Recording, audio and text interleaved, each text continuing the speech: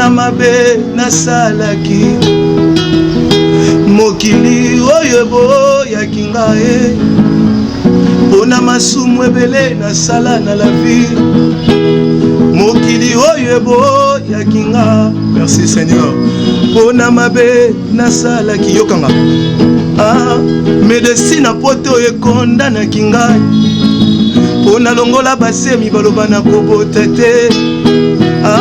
Médecine apote oyo ekondanaki ngai pona maladie héréditaire alibota na ngai. Kasi oyo yambi ngai masi obosani bosoto na ngai. Chante avec moi. Kolo yolingi nga mingi namoni yango na bomoi na ngai. Toujours dire que mon âme bénit et oublie aucun de ses bienfaits. Si tu veux que l'Éternel t'amène trop loin, plus loin, ce que je vais encore dire, il ne faut jamais oublier le bienfait de Dieu. Peut-être au landanga, bolamo nzamba salela yo, bisika nzamba memayo, makambo nzamba sala na vina yo, yo moko za témoin ya makambo nzamba sala. Pona maso yo salelinga yawe, na pesa yo nini,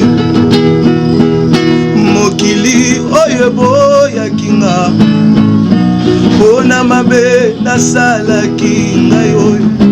Kasi yo yambaki nga Yesu olimbisi mabe na nga mokili oyo boyaki yo pona kindumba osalaki kasi Yesu aboya yo te lelo yalamusi bolamu na bomoi na yo.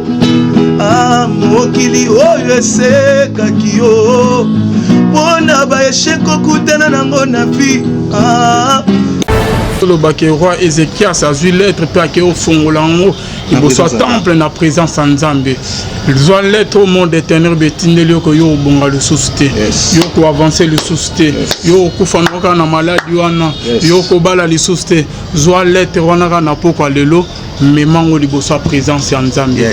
Yaro tali Nzambe Nzambe mokilo lobi me yo lobi nini ba médecin ba lobi me yo Nzambe yo ndo kelanga Nzambe lobi ni pona likamwa santé nanga Nzambe lobi ni pona likamwa libala nanga Nzambe lobi ni pona likamwa santé nanga ya onde na zo tikelo autant.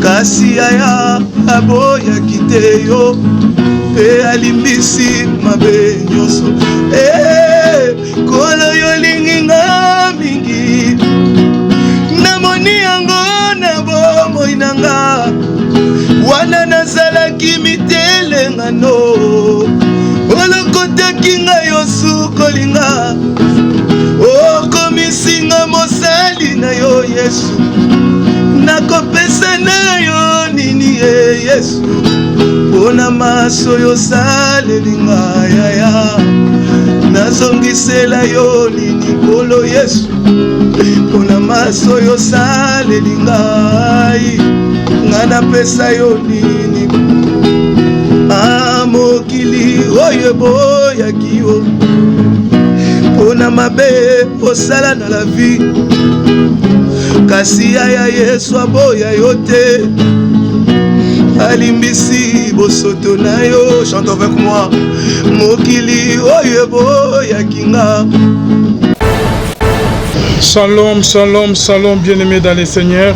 Un grand merci à vous tous qui êtes connectés sur votre meilleur site, La Voix Céleste Nzela Yalola Eskabo Nzambe et qui tarana loye mope na maloba simana to yaroba kenzama boye to koye lisus wapi bien-aimés dans le Seigneur to dans Nzela Lola tozo kota bien-aimé bonzambe na bonzambe Lola ezo futa lolo bonzambe et qui tana loye mope na maloba bien-aimés dans le Seigneur et longo na ndeko na biso les frères Yannick Ngonde Oyadali, moi ya l'évangéliste de Ningonde, c'est pas pour la première fois que tu yambaye.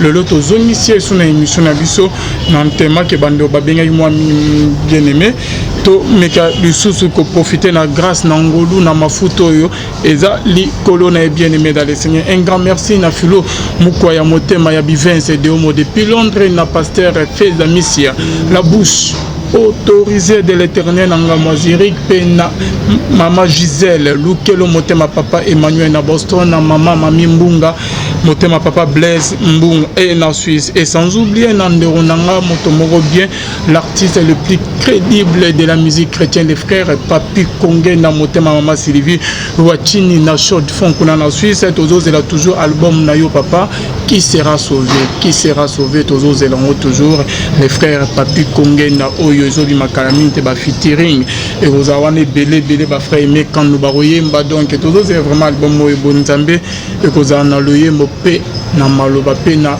danse kuna na kati bonzambe Lola ezo futa elongo na frère Yannick Ngone. Shalom l'homme de Dieu. Shalom ça va?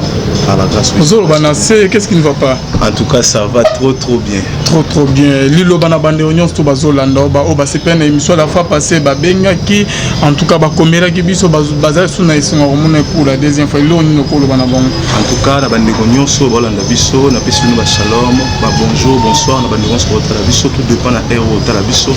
En tout cas, nzamba pambola yo mutozolanda nga dernièrement na émission j'avais reçu des appels, il y a bandeko ba se plaît une émission en tout cas nzamba pambola bino. OK frère Yannick.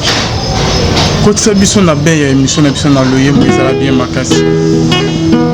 Yo zali nzambe na mawa ngana tatolingo luna yo bolingo na yo po na ngai Yesu etindi na kumbamela yo ozali nzambe na mawa yaya ngana tatolingo luna yo Yesu bolingo na yo po na ngai Yesu etindi na kumbamela yo kolo yo linginga mingi namoni yango na bomoi na ngai wana nazalaki mitelenga no olokotaki ngai yo sukolinga kolo yo komisinga mosali lelo yo ngai oyo nakopesa na yo nini Yesu mpona maso yosalelinga Yesu nasongisela yo nini yawe na ngai mpona maso yosalelinga yawe napesa yo nini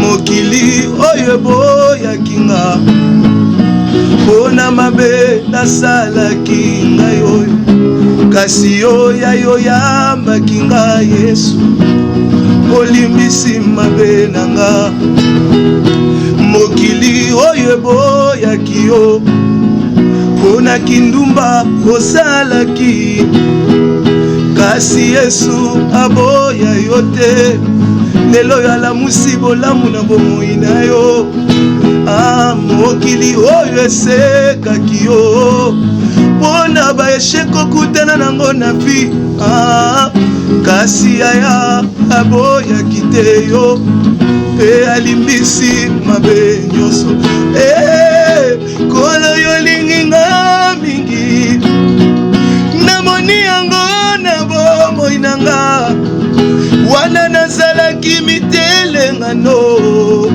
olokotaki ngai yo sukolinga okomisinga mosali na yo Yesu nakopesa na yo nini Yesu mpona maso yosalelinga yaya nazongisela yo nini kolo Yesu mpona maso yosalelinga nga napesa yo nini mokili oyo eboyaki yo mpona mabe osala na la vie kasi yaya Yesu aboya yo te alimbisi bosoto na yo chante avec moi mokili oyo eboyaki nga mpona mabe nasalaki kasi yo yayo yambaki nga kolo limbisi mabe na nga élève ta main kolo yo lingi nga mingi namoni yango na bomoi na ngai wana nga nazalaki mitelengano olokotaki ngai osukoli ngai okomisi ngai mwana na yo nakopesa na yo nini Yesu mpona maso oyo osaleli nga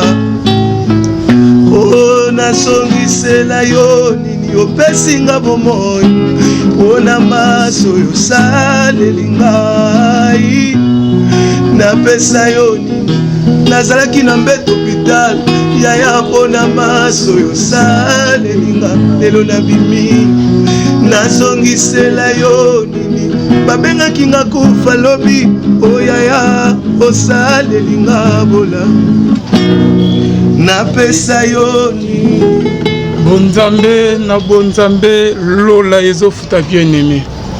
Ah frère Yannick eza na bandeko mosusu papa bazola parce que nzembo mona koyoka koyemba olobi ki kolo linginga mingi na ebandeli wana l'homme de Dieu bandeko bazolanda biso eza na bandeko mosusu bazolanda biso papa eza on dirait que nzembo ya reconnaissance nakopesa na yo nini nzambe bisika nzamba bimiso maladi o peut-être que basusu bemema bango na liwa nzamba bikisa ona yango eza na ba problème oyo ke sukisa bamisusu libala oyo ke lelo yo ozwi bamisusu bazwa yango te mwana oyo memie lelo poto oyo komi lelo zo vivre bien bamisusu bazwa chance wana te mais c'est plus facile l'homme de Dieu bandeko babosana na musika nzamba wuta na bango natangi na Bible quelque part David ezali na moment moko banai toujours kozongela kazaka na yemo bana kolata kala atali boye azo raisonner musika nzamba wuta na ye kazaka na bana kolata na zaya na zamba mokile bosana kinga famille coûte papa o écoute botanga baya ko tuna pas prophète papa la présenta kinga te papa bosana kinga mais nzamba yeba kinga yi azo ki ngotala kazaka na pon ko cha un pas en arrière musika nzamba butana mais dans la bande ko bazo landa biso en senet moment l'homme de Dieu nzamba butana bango musika mais suite ya élévation lolo ba bosani nzambe suite ya bokondi nzambe gloire nzamba pesi ban lolo ba bosana ba komana bango ba Saoul elo David Azolo Balobi, mon âme bénit l'Éternel et oublie aucun de ses bienfaits. Tu sais, dans la vie, si tu veux que l'Éternel te mène trop loin dans ma réunion sur ça, dans la vie, et le mot est très important, il ne faut jamais oublier le bienfait de Dieu. Quand David Azolo Beloko, mon âme bénit l'Éternel et oublie aucun de ses bienfaits, a raisonné Bissiko Nzamba Logo Takiye. Pendant que Batino se rejetait qui est, mais il y avait un Dieu qui était toujours présent. Pendant que Batata, maman, Batika qui est Moussika, Yemoko beaucoup la Bible, mais l'Éternel était toujours présent pour lui, ma boumana. Et Nzambo Longolier, Nabisika ya passe, Nabisiko ya qui a médiocrité, comme Memaye na cour royale, comme Memaye na trône, il y a Israël. Alors, Moutaja, il pouvait toujours dire que mon âme bénit et oublie aucun de ses bienfaits. Si tu veux que l'Éternel t'amène trop loin, plus loin, ce que je vais encore dire, il ne faut jamais oublier le bienfait de Dieu. Peut-être au Landanga, Boulamo Nzamba Salelayo, Bisika Nzamba Memayo, Makambo Nzamba Sala na vina yo, Yomoko za témoin ya Makambo Nzamba Sala. On ne peut jamais connaître Makambo Nzamba Salelayo. Mais quand on est bisous le komoko, soko za o zaleza parce que Nzambe a sali ongola rozana bomba. Na journal elo Nzamba sepeli a compté parmi les vivants, tandis que bateau bazana bozu bakufi, tandis que bateau baza na rang social élevé bakufi. Mais Nzamba sepeli a batela yo. Kokende poto za na poto wana, soki Nzambe te. Soko lobo se souvenir na ba manière oyo kende la poto, on comprend que c'est la main de Dieu. Si c'était pas Dieu tam sur le moza na bisiko zate. Na confort bisiko zo fan na bisiko za na mdengo zaleli wana soki Nzambe te metam soza ozate. Bola mo Nzambe salio, et sali ko zala ozali. Alors tu ne peux jamais oublier le bienfait de Dieu. Ya ole toloba mokile boyi biso na mabeto sali, mokile boyi biso na makambo to sali na ba erreur to sali. Kasi bola mo Nzambe eza toujours parce que la parole déclare que là où le péché abonde, la grâce de Dieu surabonde. Le bienfait de Dieu est toujours présent. Même dans le moment où yo tiki Nzambe, mais le bienfait de Dieu est toujours là. Ndeko peut-être azola na biso senet moment peut-être ezali Nzamba azoya ko lobelao na pourquoi lelo na émission lelo ke ozongela avant que ekomela trop tard bien aimé dans les Seigneur. Bible ezoloba que Dieu est celui qui élève, il est celui qui abaisse. Quand ninga tombola ki wana, il y aura un moment où kangami toujours na masum arokikisol mais et comme le autre tard. Papa yemi quelque part na souvent lobi que mokilo e boya kingai pona mabe na salaki pona kobo na salaki basundola kingai l'homme de Dieu. Parlons lingolo banini. Parce que dans la Bible, dans la Bible, il y avait une femme qui est scribe, qui est Jésus-Christ, femme d'adultère, il fallait qu'elle lapidée, il fallait qu'elle condamnée. Normalement, dans la loi de Moïse, scribe, raison qu'il lapidé selon la loi de Moïse. Mais Jésus-Christ a moni que qu'il est condamné, moi, Jésus a écopé grâce à Dieu, c'est que femme, tes péchés te sont pardonnés. Cette femme, selon la loi, elle était condamnée. Selon la loi de Moïse, elle était condamnée. Mais comme Jésus représentait la grâce de Dieu, quand cette femme s'est présentée devant Jésus, le col a présenté grâce à Sopingolo Nicolas Monamoisio. Pour dire quoi? Que tu peux commettre les cambos peut-être en sous yomoko nakata muteme yesa lo pas solo les cambos na sali nzamba ko limbi sangate tamusoza ko on a les cambos tamusoza sala na vie c'est déjà passé l'équipe des jours l'équipe une année l'équipe des années mais tamusoza nakata mutema na oza ko mi kangela kando oza ko mi lobake mutako limbi sangate nzamba ko limbi sangate peut-être tamusoza pe mabe o sala bato baboya ko limbi sayo mais tikana yebisa yo na lisolo ya mwana mwasi oyo l'air yeso azolo bana bato bina bango o asala lisumu tombo libanga bamba mwana mwasi oyo mais Jésus dit à cette femme, alors il va et ne pêche pas. Donc ce qui veut dire quoi? Tes péchés sont pardonnés. Pour dire quoi? Il suffit seulement aux minutes pendant que tu peux prendre même une minute. La présence de Seigneur, pardonne-moi à cause de ma béna salaki. L'Éternel est juste et fidèle. Si seulement si on se repentir d'un cœur sincère, péché impardonnable les a raté papa parce que quand on a jeune fille moko na sous la colère babima peut-être na bande wa mibali na bon pour na prouver abota na ndeko na ye abota na oncle na ye babi atika na eloko mobo na muto dérangera ye so na yebisi en famille osala bien te aboma secret mobo na motema mais à chaque fois à se reprocher toujours na yango mukile mona mona mabe parce que abota na ndeko na ye mukile mona mona mabe parce que abota na leki ya mobile na ye et l'on ne ko yebisa l'homme de Dieu et l'on na ko yebisa na moya lelo na journal lelo ezaka ne te condamne pas parce que l'Éternel ne t'a pas condamné, toi aussi non plus ne te condamne pas. Pourquoi? Vous avez la raison que c'est condamné. Oui, dans l'obité que ça qui m'a bête, ça qui m'a bête. Mais tu connais ça yo. Nzamba zolo ba lobi. Ata masumo na bino za mwindo lokola montagne na ngola ngana na makoki ya kosala nini ya kopetela jusqu'à ce que comme blanc comme la neige. Donc ce qui veut dire quoi? Même quand tu as commis le péché, il suffit à que se repentir kaka yo kobisa nzambe na sala ki mabe, je reconnais mes péchés dans zamutu limbisanga. Et laisse-moi te dire la deuxième chose, l'Éternel sait que à salon en matière où il est faible. Pour te créer, l'Éternel a retiré à Jean Mabélé à Salayo. Pour dire quoi? Nakata Mabélé, ba sentiment ezali. Nakata Mabélé, ba erreur ezali. Mutu aza toujours à salami loko salami na Mabélé aza toujours mutu aza prêt à kosala toujours ba erreur. Mais tika na yebisa yo, si tu te repens d'un cœur sincère, liboso nanu ya nzambe. Nzamba olimbisa opo bosa yo. Longola ba inquiétude, longola ba condamnation za komitsa na kata mutu, ba fardeau za nango wana yaka nango nzamba memela o yango tika komi condamné. Na ligne ko zoom le sous parti on a mokilo e boya parce que bande muso bazola na biso exactement toujours na Bible l'homme de Dieu. Et là na moyibi moko OK Jésus a yebisa ki ke na croix bazali mibale Jésus a yebisi mo ke ngana lelo tozana paradis. Donc moyibi wantinde ba bimisa na prison. Je crois même qu'il y avait bande connaît bande koya quartier au babalanko baké y vraiment zo mérité liwa. A pour ça a nyokola biso peut-être moyibi a viola banana bango baké ne vraiment boké ba boma zo mérité vraiment liwa trop c'est trop. Mais comme na kata croix Jésus-Christ a limisi mabena lobi ke lelo ngana na paradis. Donc mokile ko condamné yo. Et ko lo baké pona yo vie suki. Pona yo kobonga lisuste na bamabo o kometa na kindumo mena na bamabo sala na vie pona yo vraiment suka na yo ezam e kozalaka mabe vino yesu kibongo yo talela nzambe 1 minute avant sa mort moyibi a côté na paradis a trouvé grâce liboso na Nzambe. donc tozoa kolobaka na ndeko mona poko lelo lelo eza moment ya ngolu yo ko se condamner na ote mokile loba onyo se seigneur loba pona vie na yo mais yo talela Nzambe parce que yo okobika na maloba mokile loba te mais okobika na maloba o ke Nzambe azoloba parce que oza ya mokile te osalamande na lola. C'est lui qui a les derniers mots, c'est Jésus. Merci beaucoup l'homme de Dieu. Bamela suka partir. Mokili oyebo ya kinga Pona mabe na salaki Mokili oyebo ya kinga Pona masumu ebele na sala na la vie Mokili oyebo ya kinga. Merci Seigneur.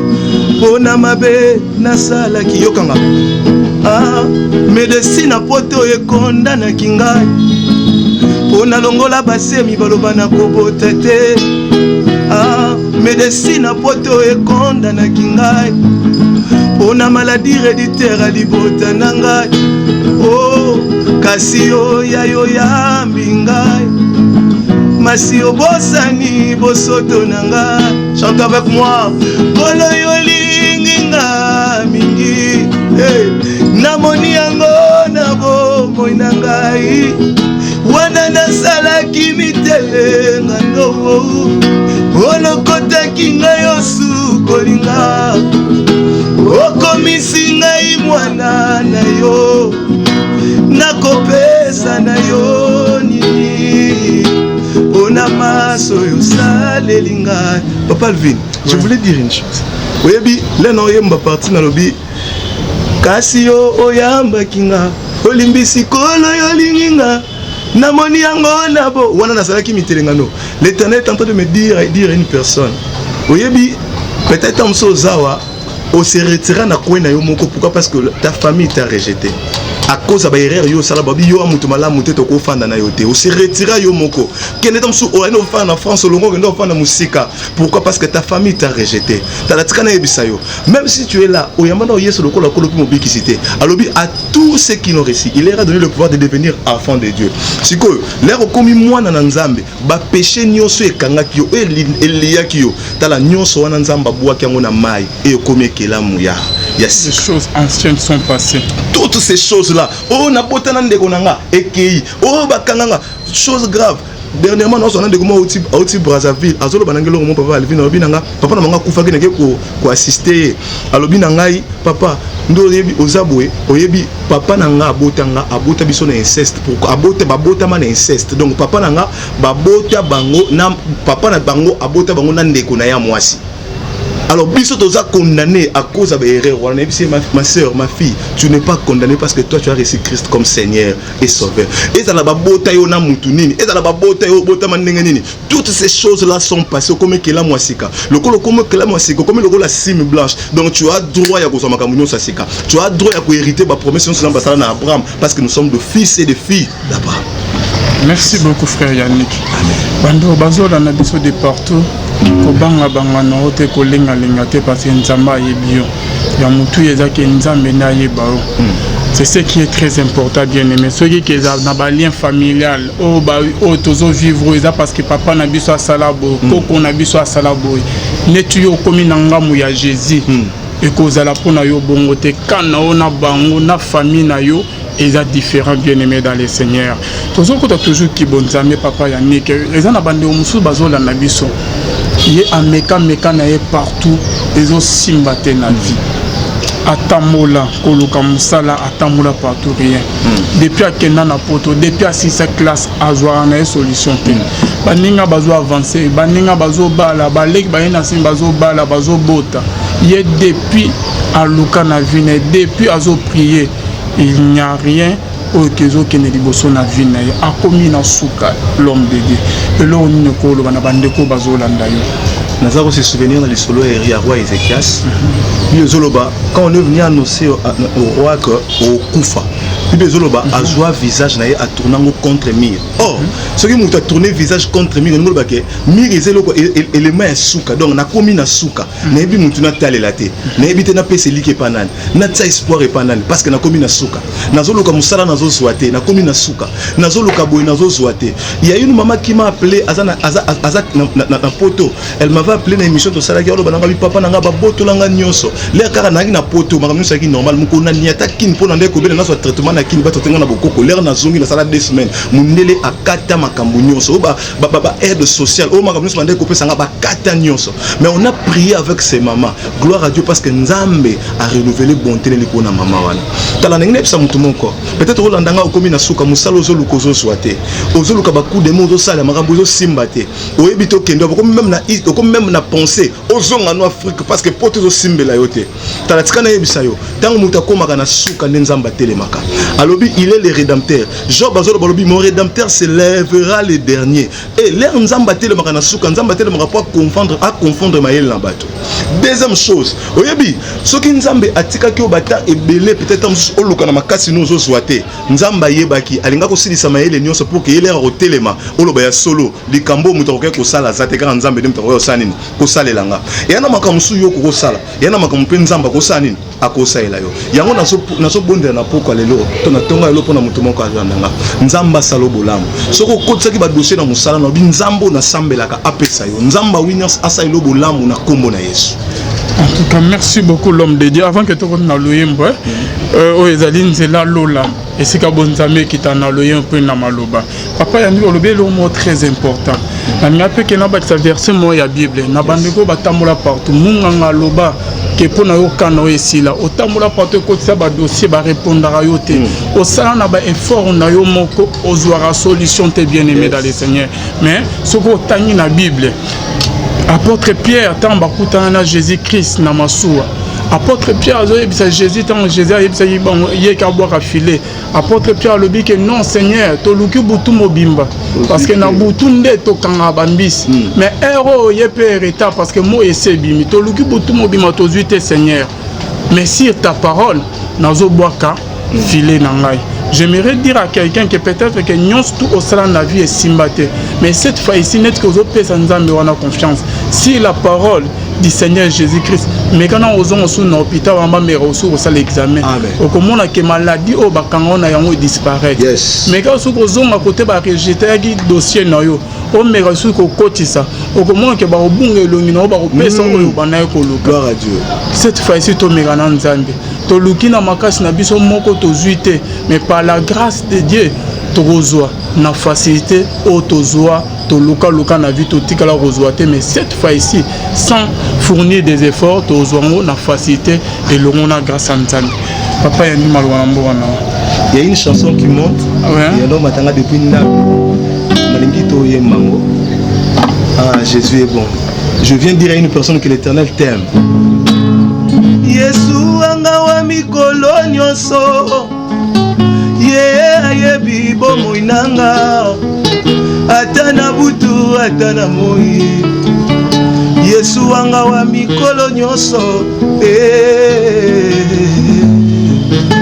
Yesu anga wa mikolo nyonso yawe na ngai ayebi bomo inanga ata na butu ata na moi Yesu anga wa mikolo nyonso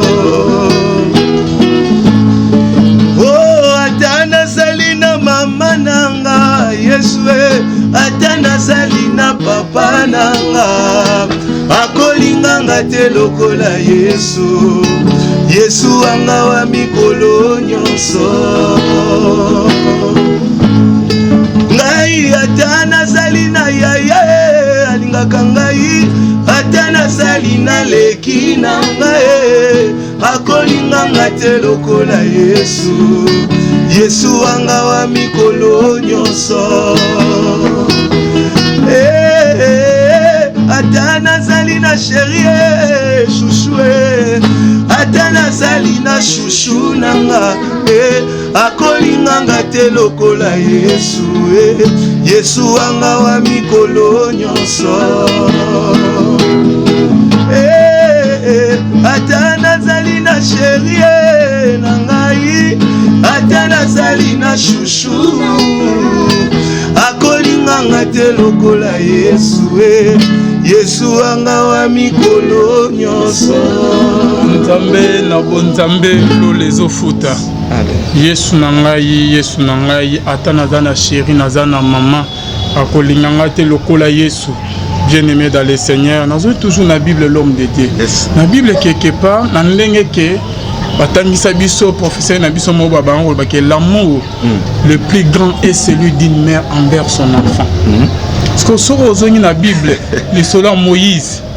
Moïse maman nae akomani na équation akomani na suka.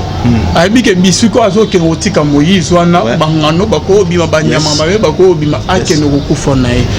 Bolingo ya mama ya Moïse na Moïse et ça que le mot ya gravité maman le bimono akene na ka kufa na misu na ngai te akene na so ba olia e mena mona liwa na misu na ngai te tellement que bolingo ya Nzambe lekaki makasi Nzamba yo kotalisa bolingo na vie ya Moïse quoi et là qu'est-ce que bolingo ya Jésus Christ bolingo Nzambe et les unions surtout ya moki okoza na chérie je t'aime na kobalo mais souka na déception surtout bolingo kini surtout bolingo kini pardon ngolo bani oyebi na lisolo lobi ya Moïse leur maman a su Moïse a été na kata ya panier il y avait deux possibilités au moment et na kata moto pama mbakoyi ko récupérer tout comme pas au sanene kokufa donc si maman fana na ndako na kata ba inquiétude donc leur monique Moïse azole la commune a 3 mois ko lele mati aboya babomé na place à Moïse alors bah non on a recouvre na place à moi na te vomi okende soki ba kozwa yo bazio soki obika to bikite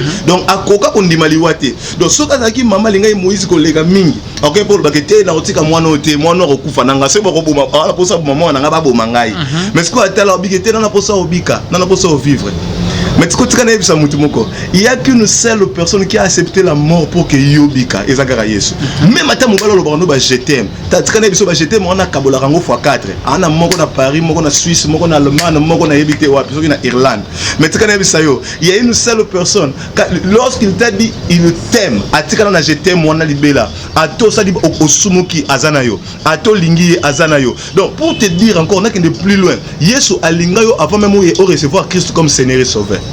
Pourquoi? Parce que chaque matin l'Éternel est en train de renouveler sa bonté dans ta vie. Azo qui peut te mutamasu, na mutabomaki mutulobi biso sosuti to lamuki leona tongo. Nzamba okepe opimele bo moy. Pour dire que l'Éternel t'aime plus que tout. Les trop bali kamba déception ya qui ne parle pas Papa Alvin. Ba déception les qui tellement il qui tellement jusqu'à ce que ngaku no lobana ngake mamba qui ne na penda nzamba suma. La batterie kimia. Pour le moment pour naie. Mais tikala yebisa yo, Yesu atikala ko décevoir ngata mukolo mokote. Mais papa Alvin le baralo les ofuta, il est toujours avec moi, il est permanent 24h/24. Même matin na sali makam, makambo eza au-delà nanga na ebite na kobimela ndenge nini mais nzamba atandanga toujours le boko ne pas bimisanga. Et n'engina rappeler mutu moko olandanga. Yana ba mabe muso sala o yo moko milobe ki likambo pena na soki biliaki nga likoki police e kanganga. Mais au comprenez te nzamba lola abimiso na likambo wana. Pour te dire que l'Éternel t'aime toujours tel que tu es. Atala gate ndengo zali, il t'aime. Tala bolingo nzambo eza au-delà ya ba parents na yo, au-delà ya mobali na yo. Nzamba lingaka yo. Nzembo ila na kati album ya Siga? Non, eza nzembo moko ya kala. Moi j'aime ces chansons. Banzembo kala o yeso sanga. Mais je voulais si tu me permets na betanzo moko eza na album nanga. OK. Nakotalela motote nanetoli miso se na yo nzamba bikamwa epa na yo lisungi ekoutaka oyo mokonza bomoi na ngai bato ya mokili batonda na lolendwe na bokotalela bango nakufa soni nataleli yo nabeleli yo yaya yo nde nzambe nanga nkolo nanga pene na yo elonga yaya mosika na yo libebi yango na ye pene na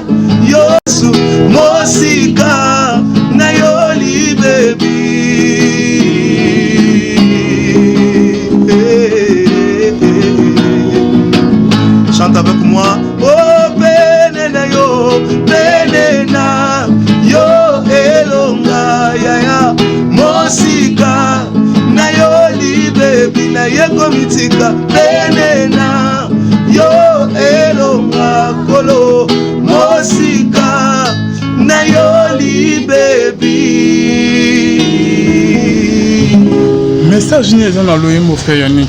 Dans le bipenenayo, David a dit un jour dans ta présence vaut mieux que 1000 ans hier. Dans la présence de Dieu, il y a bisiko toujours et longa. Pourquoi? Batu ebele, ba vainqueur ya Bible nyonso, bazwa victoire toujours na mabolongo. Mutuloko la David, Bible zolo ba Goliath a telemi a lancé le défi à l'obina na obetanga, muto obetanga, te senga na beti bino na zimboka na muso bino obetinga na zimboka na biso. Bible zolo ba frère ko bange kota na kata mboka mobimba. Mais lorsque David est venu, lokola David ebe kazana nzambe, ayiba ke elonga liboso Goliath na zwango na ba armement ya Saul te. Ayiba ke elonga liboso Goliath na zwango na mabolongo. Bible zolo ba panda ke batu nyonso bande ko courir na épée, mais ya kenda na torrent ko 5 pierres qui signifie Jésus. Akenda ko zwa libanga, papa na yo ko ndi matayi ya Goliath ya munene ko na libanga ya mukie. Donc pour dire Yesu accompagné qui libanga wana dans la présence de Dieu na pene na nzambe na présence en nzambe okokozwa makambo mokile pemela yo. Là je profite pour dire à une personne, peut-être en sozo luka musala, peut-être en sou tu es malade, peut-être en sou tu as des problèmes qui rongent ton cœur, tu as des problèmes, tellement de problèmes ou éviter ba souci nde oza botam so bota mwana kizengi obota mwana na ba problème à malade makasi des fois bota matisco ba problème na problème lokwa maleki na bota mwana des fois bota mwana âge à 2 ans obela tilelo mwana bela kaka makasi mais tika na ebisa mutu moko elonga na malade wana orozwango musika te kaka na présence en nzambe pene na nzambe tu peux recevoir ce que le monde ne t'a pas donné. Peut-être tu es là. Depuis que Napoto Oumela Mukando Zwakate, Yaya Soko Lukin Zambe, Penanzambe, Nzamba, Kosimba, Mitema, Yabato, Basimba, Dosia, Mikana, Wana, Opapesai. Vraiment. Que Dieu te bénisse. Penanzambe. Nzamba la solution pour Nabiso. Yes. Et si comme na biso ceux qui sont au kangami na nzamba ozo solution. Problème ezo déranger yo. Nyonso que eyeli na vie. Ce que zongeli nzambe ozo solution. L'homme de Dieu beti lisolo ya roi Ézéchias. Toujours le même roi Ézéchias. Avant que ba ko annoncer nouvelle ya liwa na ye. Et daki na roi moko d'Assyrie au nom de Sanchérib. Yes. Le roi wana abana ko gagner ko kanga ba mboka nyonso tout. Yesu ko roi Sanchérib amonaki ke neti ya bana ko boma ko gagner ba mboka nyonso tout que a gagner tout le monde. On ka bosani ke tine ke azo ya ko sima et le roi Ézéchias aza côté ya nzambi. Le roi Sanchérib a tindeli Ézéchias maloba ke nazo ko silisa nazo ko tia point la vue na yo. Ézéchias la chose grave.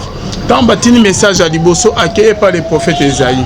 Tant ba yo tina message à Mibalezi Sanchérib alobi abosana te ke na bosa internazo zonga pona ya aussi c'est le roi Ézéchias a eu lettre accueilli Liboso na présence ya Nzambe na Bible ezoloba accueilli fungo la lettre na présence ya Nzambe qui le roi j'avais vite compris que na ebito so yo na explication mo wana on dirait que likambo eko comme ça biso na suka yes to ya ga Liboso présence ya Nzambe ne to za solution. Pour dire que les Camerounais, les qui tellement Ézéchias et les qui est tellement. Alors, ceux qui nous ont intervenir, armement Israël et ça les logotés.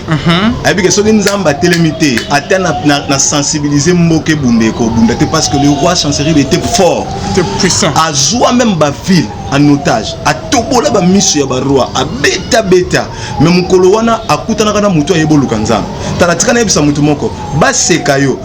Na vie papa oko seka mutu ayebo lukanzambe te seka no mutu amelaka masanga seka no mutu alangwaka seka no mutu amesa na via ba boîte mais mutu ayebo buka mabolongo na seko seka ete roi Ézéchias saki na secret ayebo lukanzambe l'air ba lancer défi contre lui l'air ayo lukanzambe bibezo lo bakanzamba yebisi ekendo bunda obeta ye oh l'air alo nzamba lo baneka obeta ye nzamba lo bini na obuaka mulimo moko na obuaka ele mulimo erreur bibezo lo ba roi wana nzamba botalika moko roi wana azonga mbangu na mboka bato baboma ye Ézéchias asimba ete bana na ye moko ba se jeta vers ye baboma ye pour dire quoi nzambe azana makoki soko lukiye abwaka la banguna vina yo erreur abwaka le bango molimo erreur nzambe azana makoki ya kosala likambo moko ya kotama mana embouteillage na kaya banguna na yo ennemi juré avino o luka ko koya o luka ko sila soko luki nzambe obeleli nzambe obeli na présence nzambe nzamba na makoka ko bongola ba situation o muta ko ko bongola vraiment malade boma ba mingi meyo boma ote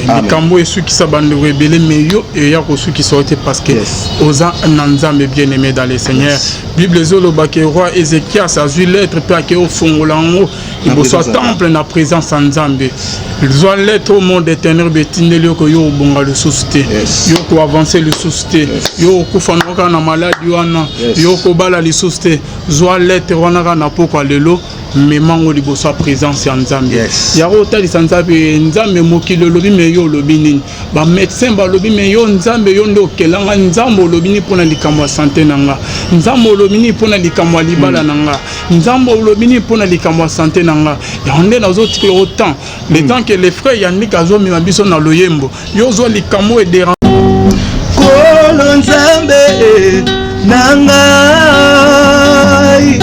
nangai kolo yokalo sambo nangai tala pasi nangai kolo na mitiki solo na yo chante avec moi na kumisio Nzambe yokanga ozali kolo Nzambe nangai ngolo yokalo sambo nanga nakumisio Nzambe Yesu ozali elonga kolo Nzambe nangai ngolo yokalo sambo nanga bapesi oyo ekoyelanga elingi kokabolanga na yo Yesu wana nasina simba yo nakotika yo te likambo oyo ekomeli ngai ekoki te kokabolanga na yo Yesu eloko te komema ngai nayambola yo nkolo na ngai nakobila yo Yesu nakotosa seyo nakolanda seyo nakobila seyo nalitambi na masi ya ngai napona Angela na ngai nakangani seyo nakobila seyo kati na libulu nakufa nabelelaki kombo na yo obimisinga na liwa ngai tina nini ngai nayambola yo wana nakomaki na suka moto te akangolaki ngai bobelese yo masiya tina nini ngai nayambola yo nakobila yo Yesu nakotosa seyo nakolanda seyo nakobila seyo nalitambi na masiya napona Angela nanga nakangami seyo yaya nakobila seyo Nzambe ola ezofuta sima na oto ya obaki Nzambe boto kwa wapi andero nyonso tout oyo peut-être que bakoma kopropose yo oza chrétien mais tozobota te kende no na nzela boye ke nomona nganga mpo nozwa solution ya problème na yo osalela coutume bakosorte kangama na ye kangama kaka na Nzambe wana desevara te papa Yannick eza na lisolo moko epeke neti oza musicien opesa mpe réaction na yo eza na musicien moko mpe ayebani biso toza na mona toyebi bama secret bele musicien moko ya mobile ayeba mpe bandeko mingi bayebi ye asela na ye Nzambe musique chrétienne abala mpe fille moko bazala na ye me babotaka te bawumeli moma molai ya stérilité mais la chose grave ye motu ateyaka biso na loyembo on dirait pas comment koteya akeye kolinga mwana mwasi mosusu mponaki neti mwasi na ye abotaka na ye te akeye kolinga na ye mwasi libanda babota mpe na jeune fille moko libanda parce que mwasi na ye abotaka te mais un musicien chrétien qui est très connu peut être célèbre et là on nous koloba donc musicien chrétien moi ya monene mwasi na ye abota te à cause ya stérilité ya mwasi na ye akeye na ye kopréféré abota na ye libanda. En tout cas, c'est condamnable. Les locaux peut-être en souci en salaté. Pourquoi? Parce que tout le monde a battu la Bible, va botter Nzamba bout sabam. Tout le monde a belé la musique chrétienne parce qu'on bandait ko botter Nzamba pe sabam bana. babota basi na babota. Donc ce qui veut dire quoi? Les kamundé pas sali et bien té mais atikala ya kokoya té atelema pour la mabele atambola a reconnaître ma belle sali c'est tout. Yatikango azonga mosine. Vraiment pas, je crois que moi on a vu sur moi soigner la souffrance oiseau les canards. Je crois que prochainement tu seras là frère Max, GG Kato mais un peu sur la Silica Mongo. Moi ça zole la thème et abota na été mobile après mariage na banque ou la deuxième bio pour na abota ni banaza na moine. Que le lobo te ya biso comprendre bientôt comprendre bientôt. Ce sont des choses qui se fait beaucoup. Vas-y. Et ça la mingi na milieu chrétien. En tout cas nzamba sunga biso biso bato tozolinga to telema na mosala oyo. Nzamba pesa biso makasi pour que ba erreur ya ba grand to commettre en côté. Comme Jésus a zoyé ça bascrit et ba disciple na ya propre ba pharisé pe ba scribe. Faites ce qu'ils vous disent mais ne faites pas ce qu'ils font. Et belé bazote biso liloba nzambe mais ba pratique kangote biso to landa to salela o bate ya biso ba pharisé ya ba musicien chrétien bazali pe ba pasteur. L'homme de Dieu to komi na suka na bande bazolanda yo album e kangana na studio ozoluka producteur ko na ko bimisa album moyo ozana on banzemba kito makasi koleka bazolanda partout de le monde to komi na suka ya émission La Voix Céleste. Ouais na zoluka vraiment soutien na bande gonyo bolanda nga oza producteur oza ndeko soutenir musala nzambe na musolo na matériel d'une manière ou d'une autre na posa ya soutien ndeko zotalanga na Paris partout zotalanga na États-Unis partout en tout cas numéro nanga eza affiché na TV wana papa bi na tsango wana na ndo benganga pona au soutenir nga na musala plus de 140 plus de 143 89 19 36 742 plus de 143 89 19 36 742 aux producteurs en tout cas et au soutenir Moussa Nzambe nous avons tellement banzembo bien ba mélodie kitoko aux la décider et Nzamba sala biso pengolo non ça a déjà promotion na yango na chaîne ya ndeko mongo boype ya YouTube ele kana ba théâtre nzembo penu no to beta isole kana théâtre moko wana mais album wana na limité to luka muto ya ko soutenir pour que album wana ebina bana poto bele bakomela kindeko wana ebisa kinga ke ba luka nzembo wana nzembo na himba kipele na yo donc nzembo wana est limité donc to luka muto ko soutenir biso pour que to si ça na studio quand même na studio ebima pour que bana nzamba bénéficier na yango. OK bon nzambe lola yezo futasima na to ya olobake nzamba boy to koye soit papa on a tiqué au plateau au lobby maloba soka que au soki si émission na biso na loyer momo ya papa ne toza mona papa de ningo ne na sepa na makasi banzem na makasi et ko bénir ndeko moko ya komi na soka ya situation na tiqué au plateau. En tout cas nzamba pambola yo mutolandi biso nzamba pambola yo apambola yo moto aza malade nzamba lola loboko nzambe e kitalikolo vina ye nzamba bikisa ye moto azoluka musala nzambo to sambelaka nzambo na bengaka nzamba ngonde apeso musala nzambo moto aza na ba problème lekeli motu na ye peut-être msoko na posa ko se suicider parce qu'il y a tellement de problèmes que la main de Dieu te touche et que nzambe a effacé ba douleur à mutema na yo ba kolela ya mutema o yo moko yebi nzambe na poko lelo na journal lelo akausa yango na komo na Yesu na sali lo sambo pona yo koloba nzamba salobolama année 2018 et si la té au sepela au mona loboko na nzamba soko za malade ba BDC ba déclarer déjà que malade doit être calé pour du bon dans le bin nzambo abikisa babel abikiso na komo na Yesu au nom de Jésus soutenir biso et tu seras fortement béni. Aux ana pour assistance à prière benga biso groupe aux ana groupe intercession groupe ya musique pour groupe ya intercession ya makasi nous prions pour des cas sur bengi biso na plus 243 89 19 36 742 tous ana te soumettre biso kanayo nous allons prier pour ça toi on a veillé chaque vendredi tout semble la rapport na baka ya bato ba benga absolu de part et d'autre en poto par-ci par-là tout semble la rapport na bon so on peut tout ça comme na prière au bengi biso to soutenir yo nasuyekateli solo na motema na ngai nalingi kozala seko mpo na yo Yesu kamba bomoi na ngai solo na nzela na yo kolo tambusa bomoi na nga nasalela yo yemba ya Yesu ye Yesu,